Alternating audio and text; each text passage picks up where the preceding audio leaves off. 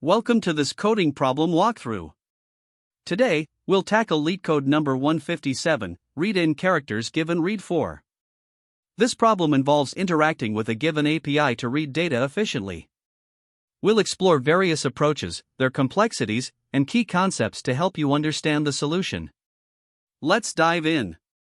The problem read in characters given Read4 challenges us to implement a utility function for reading characters from a file. The provided API function, Read4, reads up to 4 characters at a time from the file into a temporary buffer called buff4. It also returns the actual number of characters read, which could be fewer than 4 if the end of the file is reached. Your task is to create a function called read that takes 2 inputs, an empty array buff, which you will fill with the characters read, and an integer n, which specifies the total number of characters to read. Your implementation must ensure that exactly n characters are written to buff, as long as enough characters are available in the file.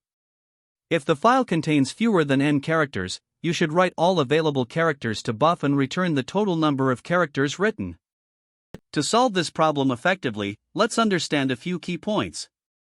First, the Read4 API is limited to reading a maximum of 4 characters at a time, so you'll need to call it repeatedly to collect up to n characters. Second, the file may not contain enough characters to satisfy the n requirement, so your function should handle situations where the file is shorter than n by reading only as many characters as are available. Third, if Read4 returns fewer than 4 characters in a single call, that means you've reached the end of the file. Finally, you need to carefully manage the transfer of characters from the temporary buff4 array into the final buff array, ensuring no data is lost or duplicated. For example, if the file contains a, b, c, d, f, g and n is 6, your function should return 6 with buff containing a, b, c, d, e, f. Here's how the example with file content a, b, c, d, f, g and n equal to 6 would work step by step. On the first call to Read4, the API reads the first 4 characters, a, b, c, d, and writes them to buff4. These are then transferred to the buff array. Since 6 characters are needed, you make another call to Read4, which returns the next 3 characters, f. However, you only need 2 more characters to meet the n requirement, so only e and f are transferred to buff. The function then returns 6, indicating the total number of characters read.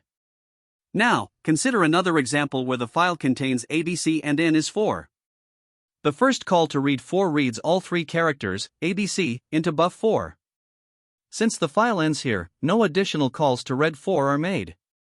The function returns 3, as that's the total number of characters available, and buff contains a, b, c. Let's look at another scenario with file content a, b, c, d, x, y, z and n equal to 10. In this case, the first call to Read4 reads a, b, c, d and transfers these 4 characters to the buff array. A second call to Read4 retrieves x, y, z, but since the file ends here, only 3 characters are returned. These are added to buff, resulting in a total of 7 characters written to the buffer, a, b, c, d, x, y, z. The function then returns 7, as there are no more characters left to read. This example highlights how your implementation must handle cases where n exceeds the file length. Keep in mind the constraints for this problem. The file will never exceed 10,000 characters, and n will always be a positive integer within the range of 1 to 10,000. Additionally, the buff array will have enough capacity to store at least n characters. To build a robust solution, you must account for several edge cases. First, if the file is empty, the Read4 API will always return 0, and your function should also return 0 without writing anything to buff. Second, if n matches the file length exactly, your function should read all characters and return n. Third, if n exceeds the file length, you should read up to the end of the file and return the total number of characters available. Finally, when making multiple calls to Read4, you must carefully manage leftover characters to ensure that no data is lost or incorrectly written. By addressing these scenarios, your implementation will handle a wide range of inputs and edge cases effectively. To tackle the problem of reading n characters using the Read4 API, the brute force approach provides a straightforward solution. The idea is simple. We repeatedly call the Read4 function, which reads up to 4 characters at a time, and copy these characters into the target buffer buff. This process continues until either we reach the desired count of n characters or the Read4 function returns fewer than 4 characters, indicating the end of the file. To implement this, we use a temporary buffer, buff4, of size 4 to store the data from Read4. After each call to Read4, we transfer its contents to buff until n characters are filled or we hit the end of the file. While this approach is time efficient with a complexity of n, as we process up to 4 characters per API call, it has a key drawback: any extra characters read by Read4 beyond n are discarded. This can lead to inefficiencies if the function is called repeatedly, as the leftover characters cannot be reused, requiring redundant API calls. An improvement over the brute force approach is the buffered approach, which addresses the inefficiencies caused by discarding extra characters. The key insight here is that any surplus characters read by Read4 can be stored in a reusable buffer for future calls. This eliminates the need to discard data and reduces redundant API calls. The steps for this approach involve maintaining a buffer called leftover to store any extra characters from Read4. If there are characters in leftover from a previous call, we first transfer them to the target buffer buff. If additional characters are still needed, we call Read4 and process the new data. Any unread characters from Read4 are then stored in the leftover buffer for subsequent use. This strategy retains the same time complexity of n, but optimizes the number of Read4 calls. It also has a space complexity of 1, as the leftover buffer is fixed in size. By avoiding the waste of extra characters, this approach is particularly well suited for scenarios where multiple function calls are made. The buffered approach is the strategy of choice due to its efficiency and reusability. By recognizing that Read4 may return more data than needed in a single call, we can use a buffer to store these extra characters for subsequent calls. This eliminates the inefficiency of discarding surplus data and reduces the number of redundant Read4 calls. While the brute force approach is simpler and may suffice for one-off function calls, it falls short when handling repeated calls, as it wastes leftover characters. The buffered approach, on the other hand, optimizes performance in real-world applications where multiple calls are common. The trade-off is a slight increase in implementation complexity, as we must manage the state of the leftover buffer across calls. However, this is a small price to pay for the significant gains in efficiency and resource utilization. By leveraging the buffered approach, we ensure a balanced solution that is both practical and performant, making it ideal for handling repeated calls without sacrificing simplicity. The goal of this problem is to implement the function read, buff, n, using the API Read4, buff4. The Read4 API reads up to 4 characters from a file into a temporary buffer called buff4 and returns the number of characters it successfully read. Our job is to use this API to read exactly n characters into the target buffer buff, stopping either when we have read n characters or when the end of the file is reached. To accomplish this, we start by initializing a few key variables. First, we set buff_index to 0, which will track the current position in our target buffer. Next, we use total_read to keep track of the total number of characters we've read so far. Finally, we create a temporary buffer, buff4, which is an array of size 4 that will hold the data returned by each call to Read4. These variables are essential for managing the flow of data and ensuring that we only read as much as needed. With our setup complete, we can now use a while loop to repeatedly call Read4, allowing us to process the file in chunks. Inside the loop, each call to Read4, buff4, will read up to 4 characters into the buff4 array and return the actual number of characters read, which we store in chars_read. If chars_read equals 0, it means we've reached the end of the file, and we break out of the loop. This iterative process ensures we handle the file one chunk at a time while respecting the constraints of the problem. After reading data into buff4, the next step is to transfer the relevant characters into the target buffer, buff. To do this, we calculate the number of characters to copy by taking the minimum of chars_read and the remaining characters needed to reach n. This calculation, stored in the variable to_copy, ensures that we don't exceed the number of characters read by Read4 or the total characters required. Using a for loop, we copy to_copy characters from buff4 to buff, updating both buff_index and total_read with each character copied. This ensures that the data is moved efficiently while keeping track of progress. We also include a condition to exit the loop early if total_read equals n, as there's no need to continue reading once we've reached the required number of characters. Once the loop completes, we return total_read, which represents the total number of characters successfully written to buff. The use of a temporary buffer like buff4 is critical here because Read4 always reads in fixed chunks of 4 characters, regardless of whether we need all of them. By dynamically calculating to_copy, we avoid unnecessary copying and ensure that only the required data is transferred. Additionally, the algorithm handles the end of the file gracefully, stopping as soon as Read4 returns 0, which signals that there's no more data to read. This algorithm is also designed to handle edge cases effectively. For instance, if n is 0, the loop doesn't execute at all, and the function immediately returns 0, as no characters need to be read. If the file contains fewer than n characters, the function reads as much as possible and returns the actual number of characters read, ensuring it doesn't fail in scenarios where the file is smaller than expected. The data structures used are simple yet effective. The target buffer, buff, is where the final n characters are stored, while the temporary buffer, buff4, acts as a fixed-size intermediary to hold data fetched from Read4. The algorithm also optimizes performance by minimizing unnecessary copying.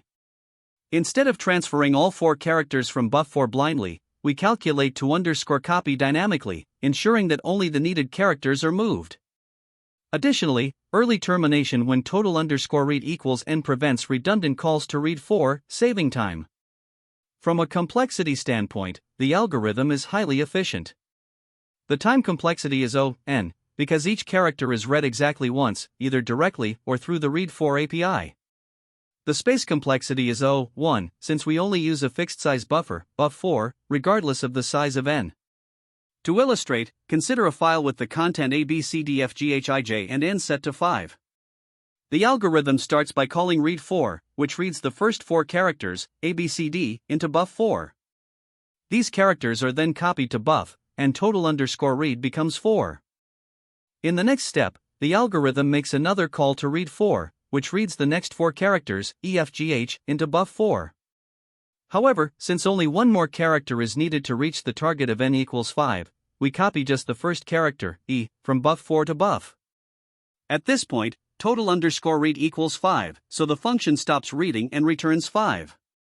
The target buffer, buff, now contains the characters ABCDE, which is the desired output. The final implementation of the code encapsulates this logic clearly. We declare the buff4 array and initialize buff_index and total_read to 0. Inside the loop, we repeatedly call Read4 and handle the data transfer using the to_copy calculation and a_for loop. The condition to break on EOF or when total_read equals n ensures that the function operates efficiently and terminates correctly. Finally, after exiting the loop, the function returns total_read, representing the total number of characters successfully written to buff. This solution is both elegant and efficient, using minimal space while ensuring correctness in all cases, including edge scenarios and partial reads at the end of the file. This Python implementation solves LeetCode problem number 157, read n characters given Read4. The goal is to read up to n characters from a file using the provided Read4 API and store them in the buffer buff. Here is the detailed explanation of the code. 1. Class initialization ***. The constructor __init__ initializes 2 key variables. Buffer4, a temporary buffer of size 4 to store characters read by the Read4 API. Buffer4_size and buffer4_index, these help track the number of valid characters in buffer4 and the current position in buffer4, respectively. This setup ensures that leftover characters from a previous Read4 call can be reused in subsequent read calls. 2. Main read method ***. The read function implements the logic for reading n characters into the buff buffer. Outer while loop ** this runs until either n characters are read or the end of the file, EOF, is reached. Inside the loop, it first checks whether the buffer4 is exhausted, i.e., all characters read. If yes, it calls Read4 to fetch up to 4 new characters and resets the buffer4_index to 0. If Read4 returns 0, it indicates EOF, so the loop breaks. Inner while loop * this copies characters from buffer4 to buff one by one. It ensures that no more than n characters are copied and that the buffer4 is not overrun. Each character copied increments total_read and buffer4_index. 3. Return statement asterisk asterisk. Finally, the function returns total underscore read, which represents the total number of characters successfully read into buff. Edge cases handled asterisk. If fewer than n characters remain in the file, the function stops when EOF is reached. If n is 0, no characters are read, and the function directly returns 0. It handles leftover characters from previous Read4 calls efficiently, avoiding redundant calls to Read4. This approach ensures optimal performance and meets the problem's constraints, using the Read4 API effectively while managing leftovers with minimal memory overhead. Here, we start by defining a class called solution, which includes a buffer array, buffer4, of size 4. This buffer temporarily holds characters returned by the Read4 API. Alongside this, we maintain two variables, buffer4 size to store the number of valid characters currently in the buffer, and buffer4 index to track the position of the next character to be read from the buffer. Moving to the read method, this is where we implement the logic for reading up to n characters into the provided buff array. Inside the method, we initialize total read to 0, which keeps track of the total number of characters successfully read so far. The while loop ensures we continue reading until we either reach the desired count of n characters or run out of data. Within the loop, we first check if buffer4 has been exhausted by comparing buffer4 index with buffer4 size. If it has, we call read4 to refill the buffer. The read4 function writes up to 4 characters into buffer4 and returns the number of characters actually read. If it returns 0, this signals the end of the file, and we break out of the loop. Once we confirm there are characters in buffer4, we proceed to transfer them to the destination buffer. In this segment, we continue the process of transferring characters from buffer4 into the buff array. Using a nested while loop, we ensure that characters are copied one at a time as long as we haven't reached the target n characters and there are still unread characters in buffer4. For each iteration, we assign the character at buffer4 index to the current position in buff and increment both total read and buffer4 index accordingly. Once the outer while loop exits, either because we've read n characters or there are no more characters to process, we return total read, which represents the actual number of characters copied into buff. Lastly, we see the Read4 method, which is a mock implementation. This method, provided by LeetCode during testing, reads up to 4 characters from the file into the buff4 array and returns the count of characters read. This modular design allows us to handle cases where multiple calls to Read4 are required while efficiently managing leftover characters between calls. In this example, we begin with an empty buffer buff that can hold up to 5 characters and we want to read 5 characters in total. The file contains the string ABCDFGHIJK, and the Read4 function will read 4 characters at a time. Initially, our temporary buffer4 is empty, and the variables buffer4 underscore size, buffer4 underscore index, and total underscore read are all set to 0. After the first call to Read4, the first 4 characters, ABCD, are read into buffer4. At this point, buffer4 underscore size is updated to 4, and buffer4 underscore index remains at 0, indicating that no characters have been consumed from buffer4 yet. Next, we copy these 4 characters, ABCD, from buffer4 into buff. After this copying step, buff contains a B, C, D, total underscore read becomes 4, and buffer4 underscore index is now 4, meaning all characters from buffer4 have been consumed. Since we still need one more character to reach the total of 5, we make another call to Read4. This time, Read4 reads the next 4 characters, EFGH, into buffer4, resetting buffer4 underscore index to 0 and setting buffer4 underscore size to 4. From here, we copy just one more character, E, into buff, as that's all we need to reach the desired total. After this, buff contains a B, C, D, E, total underscore read is now 5, and buffer4 underscore index is updated to 1, reflecting that one character has been consumed from buffer4. Since total underscore read equals n, we stop reading. The final output is 5, which represents the total number of characters successfully read into buff. Now, let's look at the scenario where we want to read exactly the length of the file. The file contains ABCDFGHIJK, and n is set to 11. Initially, buffer4 is empty, and all relevant counters, including buffer4 underscore size, buffer4 underscore index, and total underscore read, are set to 0. Our target buffer buff can hold up to 11 characters. On the first call to read 4, we read the first 4 characters, ABCD, into buffer 4. As a result, buffer 4 underscore size becomes 4, and buffer 4 underscore index is 0. We then copy these 4 characters to buff, filling it up to a B, C, D, comma, comma, comma, comma, comma, comma. At this point, total underscore read is updated to 4, and buffer 4 underscore index moves to 4, indicating that all characters from buffer 4 have been consumed. With 7 characters still needed, we call read4 again. This time, read4 reads the next 4 characters, EFGH, into buffer 4, resetting buffer 4 underscore index to 0 and setting buffer 4 underscore size to 4. We then copy these 4 characters into buff, updating it to a B, C, D, E, F, G, H, comma, comma. Now, total underscore read is 8, and buffer 4 underscore index is 4. Since we still need 3 more characters, we make another call to read4. At this point, read4 reads the remaining characters in the file, IJK, into buffer 4.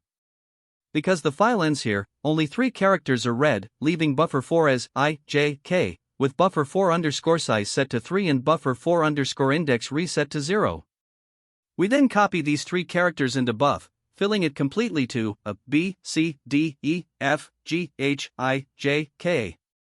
At this point, total underscore read reaches 11, which matches n. Since the total number of characters read equals n, we stop the process.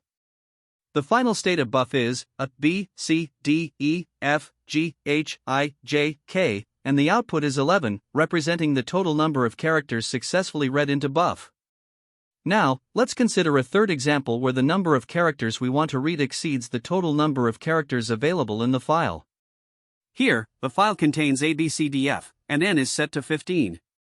Our target buffer buff can hold up to 15 characters, and we start with the usual initial state, buffer 4 is empty, and all counters are set to 0. On the first call to read 4, we read the first 4 characters, ABCD, into buffer 4. This updates buffer 4 underscore size to 4 and resets buffer 4 underscore index to 0.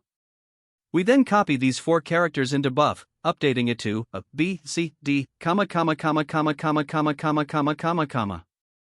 At this point, total underscore read becomes 4, and buffer 4 underscore index moves to 4. Since we still need more characters, we make another call to read4. This time, read4 reads the next 2 characters, EF, into buffer 4. As the file ends here, only 2 characters are read, leaving buffer 4 as E, F, comma, with buffer 4 underscore size updated to 2 and buffer 4 underscore index reset to 0. We then copy these 2 characters into buff, updating it to a B, C, D, E, F, comma, comma, comma, comma, comma, comma, comma, comma. Now, total underscore read is 6, and buffer 4 underscore index becomes 2. At this point, we reach the end of the file, as read4 would return 0 if called again. Since there are no more characters available to read, we stop the process. The final state of buff is a B, C, D, E, F, comma, comma, comma, comma, comma, comma, comma, comma, and the output is 6, representing the total number of characters successfully read into buff. This demonstrates how the function handles cases where the requested number of characters exceeds the available content in the file. To analyze the time complexity of the read method, we break it into 2 main operations. First, there are the read4 function calls. The read4 function reads up to 4 characters at a time from the file. If we need to read n characters, the maximum number of read4 calls required is ceil, n/4. This simplifies to O, n/4, which in BIGO terms is equivalent to O, n. Second, we have the copying of characters from the buffer 4 array into the provided buff. This process continues until either n characters are copied or the file ends. In the worst case, this copying will iterate n times. Adding these 2 operations together, the time complexity from both read4 calls and copying is O, n, plus O, n, which simplifies to O, n. Now let's examine the space complexity.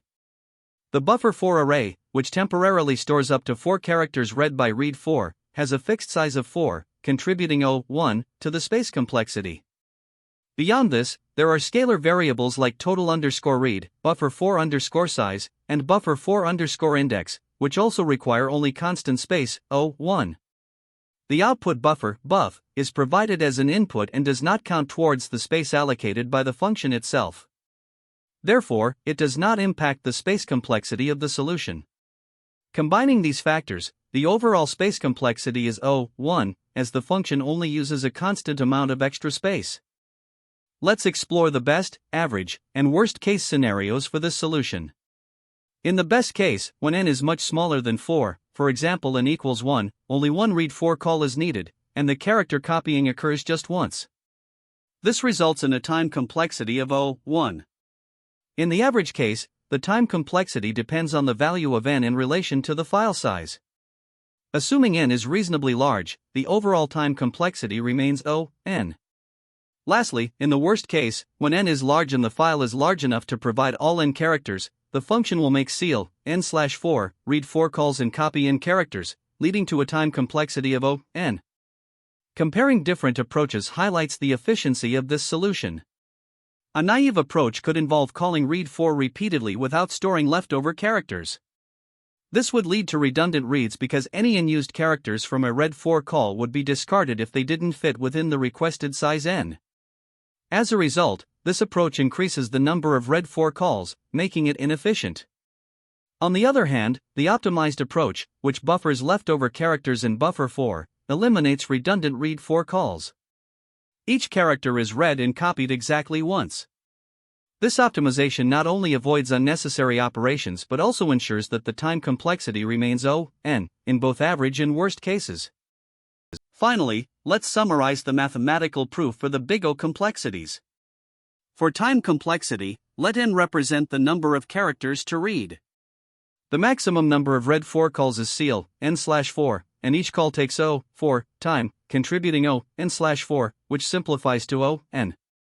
The copying operation runs 4n iterations, adding another n. Together, these give a total time complexity of n plus n, which simplifies to n. For space complexity, the only additional space used is the buffer 4 array, which has a fixed size of 4, and a few scalar variables, all of which require constant space. Therefore, the total space complexity is 1. When working with this problem, there are a few common mistakes to watch out for. First, one major issue is not handling extra characters returned by read4 properly. If read4 gives you more characters than you need, and you fail to store those extra characters for later, you risk losing data or causing errors in subsequent calls. Always use a buffer to temporarily hold any leftover characters. Another mistake is assuming that read4 will always return exactly 4 characters. Remember, if the file ends, read4 may return fewer than 4, and if you don't account for this, you could end up with buffer overflows or inaccurate results. Additionally, overwriting data in the target buffer is another critical error. This can happen if you're not careful about where you copy data into buff. Always track the position correctly to avoid corrupting your output. Lastly, don't ignore edge cases. For example, if n is 0, the file is empty, or the file is smaller than n, your solution could break if these situations aren't handled properly. Testing for these scenarios is essential to ensure your solution is robust. Now, let's focus on more performance-related considerations. Inefficient copying between buffers is a common pitfall. For instance, using nested loops or unnecessary operations while transferring data from the temporary buffer to buff can slow down your solution. Instead, leverage efficient slicing or indexing techniques to make this process faster. On the topic of interviews, this problem is a great way to demonstrate your ability to manage external APIs and buffers. It's important to recognize the pattern of reading data incrementally and processing it in chunks. Clear communication is another key skill interviewers look for. Be sure to explain how you handle edge cases and optimize buffer usage. It shows clarity of thought. Furthermore, discuss optimization trade-offs. While a brute force approach may be straightforward, you should highlight ways to reduce redundant reads and buffer copies for better efficiency. Lastly, scalability is another point interviewers might explore. Be ready to explain how your solution would handle larger file sizes or significantly higher values of n, ensuring that it remains efficient and scalable. This problem is closely related to several others, making it an excellent opportunity to build transferable skills. For instance, 158. Read-in characters given Read4 2 extends this problem by requiring multiple calls to Read4, while 88. Merge sorted array focuses on efficient buffer management. Additionally, 680. Valid palindrome 2 highlights the importance of handling edge cases and performing string manipulation efficiently. Now, looking at alternative approaches, one option is to use a buffered read with carryover. In this method, you store extra characters from Read4 in a buffer and reuse them in future calls. The trade-off here is that the logic becomes slightly more complex, but it helps avoid redundant reads. Another approach is direct transfer with position tracking. This involves using pointers or indices to manage positions in both the temporary and target buffers. While this simplifies the implementation, it requires careful attention to boundary management. Finally, you could opt for a recursive implementation. This method reduces n with each call until all characters are processed. It's an elegant solution, but it uses more stack space and can be harder to debug, so it's important to weigh the trade-offs before choosing this approach. Great job! We've covered the key concepts and approaches for solving read-in characters given Read4. Remember the importance of handling edge cases and practicing efficient buffer management. Stay tuned for more coding walkthroughs, and don't forget to like and subscribe for more content. See you next time. That's the end of this tutorial. I hope you found this explanation helpful for understanding the solution to this LeetCode problem. If you enjoyed this content, please consider subscribing to the channel for more coding tutorials and solutions. Feel free to leave a like if this video helped you, and don't hesitate to comment with any questions you might have. Thanks for watching, and happy coding!